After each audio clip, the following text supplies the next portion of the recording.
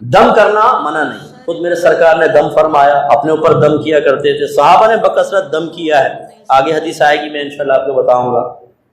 قرآن کی آیت پڑھ کر دم کرنا، ذکر الہی کر کے دم کرنا، اس میں کوئی حرج نہیں، بلکہ میرے آقا نے نظر کے بارے میں، صحابہ کہتے ہیں سرکار پہلے نظر اتارنے کے لیے مختلف چیزیں پڑھا کرتے تھے، لیکن جب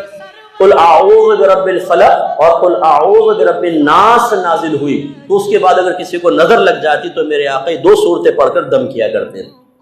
تو جب بھی بچوں کو نظر لگ جائے، جیسے رات میں اٹھ کے رو رہا ہے بچہ،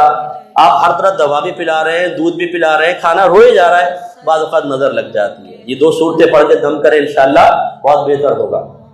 بیٹھے بیٹھے آپ کا سر بھاری ہو گیا، کام کرنے کو دل نہیں چاہ رہا، خواہ غصہ چڑھ رہا ہے اور آپ کا دل چاہ رہا ہے بس میں دنیا چھوڑ جاؤں یا کسی کا سر پھاڑ دوں، یہ پاکیزہ کیفیات بعض اوقات غالب آ جاتی ہیں انسان پر، ہو سکتا ہے نظر لگ گئی ہو، خود ہی پڑھ کر دونوں صورتیں اپنے اوپر دم کریں تو الحمدللہ یہ کیفیات ختم۔ مجھے کیفیت کبھی ہوتی ہے نا تو سر میں درد اور وومیٹنگ کسی کیفیت ہوتی ہے، یہ میری بڑی پرانی علامت ہے کہ نظر لگی ہوئی، نظر اتارے فوراً کیفیت ختم۔ تو یہ آپ طریقہ اختیار کریں تو یہ اچھا